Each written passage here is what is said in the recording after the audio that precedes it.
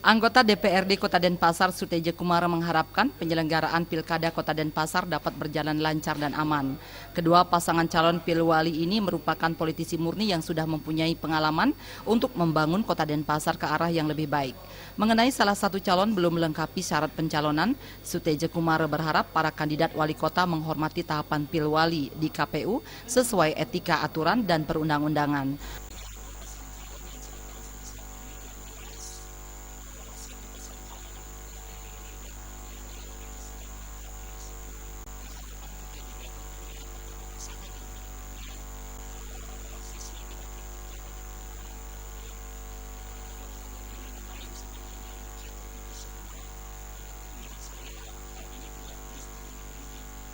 Hal senada juga diungkapkan anggota DPRD Kota Denpasar Ide Bagus Kiana. Menurut Indonesia, untuk Bali, 6 kabupaten kota akan menggelar pilkada serentak, yaitu kabupaten pada 9 Desember. Segala sesuatunya sudah disiapkan. Diminta lebih intens melakukan koordinasi dan komunikasi dengan instansi terkait.